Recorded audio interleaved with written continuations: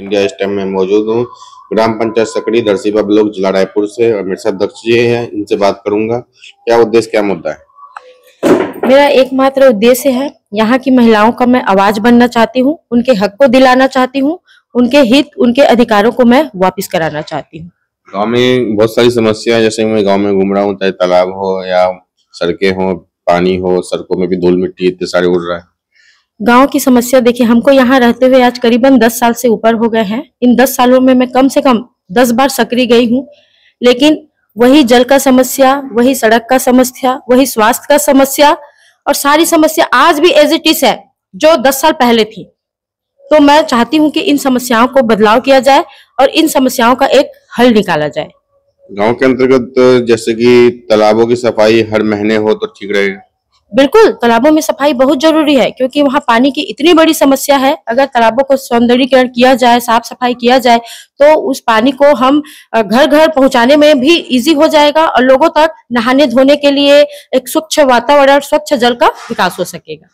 गांव में चौक चौराहे पर सीसीटीवी कैमरे की जरूरत है, स्ट्रीट लाइट्स। बिल्कुल वहाँ जरूरत है भैया, इसलिए यहाँ जरूरत है क्योंकि मैं देख रही हूँ, मैं अभी कम से कम चौपाल लगाने के लिए 10 से 15 बार गांव जा चुकी हूँ। मैंने देखा वहाँ की महिलाएं सेफ नहीं है, वो डर रही है। शाम को 6 बजते ही घर से निकलने के लिए महिलाएं जो है चौपाल में आने के लिए डर रही है, अपनी बातों को रखने के लिए डर रही है।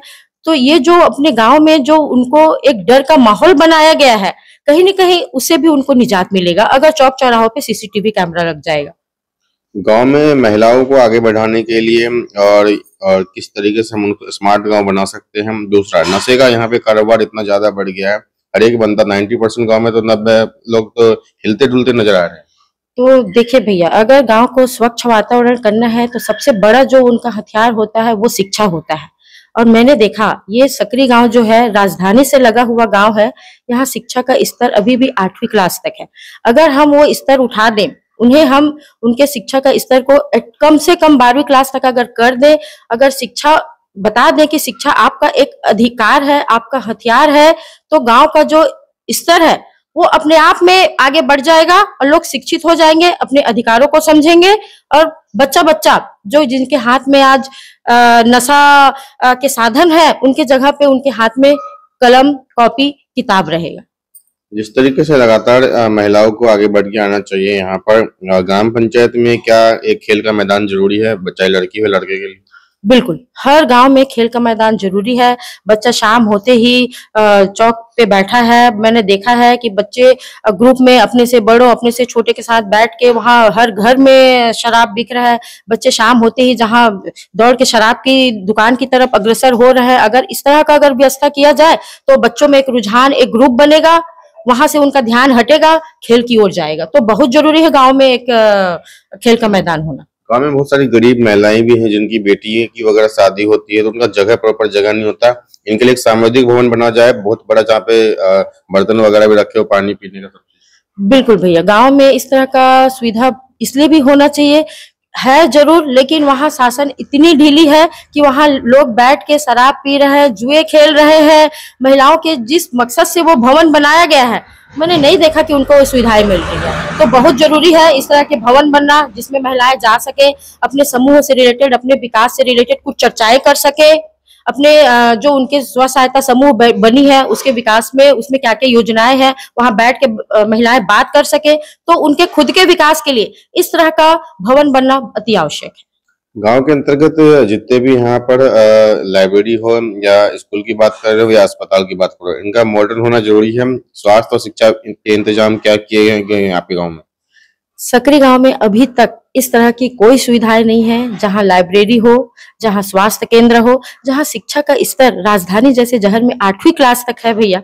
तो आप खुद बताइए सर कि बाकी की व्यवस्था कितनी आवश्यकता है। वहां जो मूलभूत आवश्यकताएं है, जो हर आदमी, हर नागरिक तक पहुंचना चाहिए, जल, शिक्षा, स्वास्थ्य, सड़क, आवास, ये सभी मूलभूत आवश्यकताएं अभी उन तक नहीं पहुंच पाई है।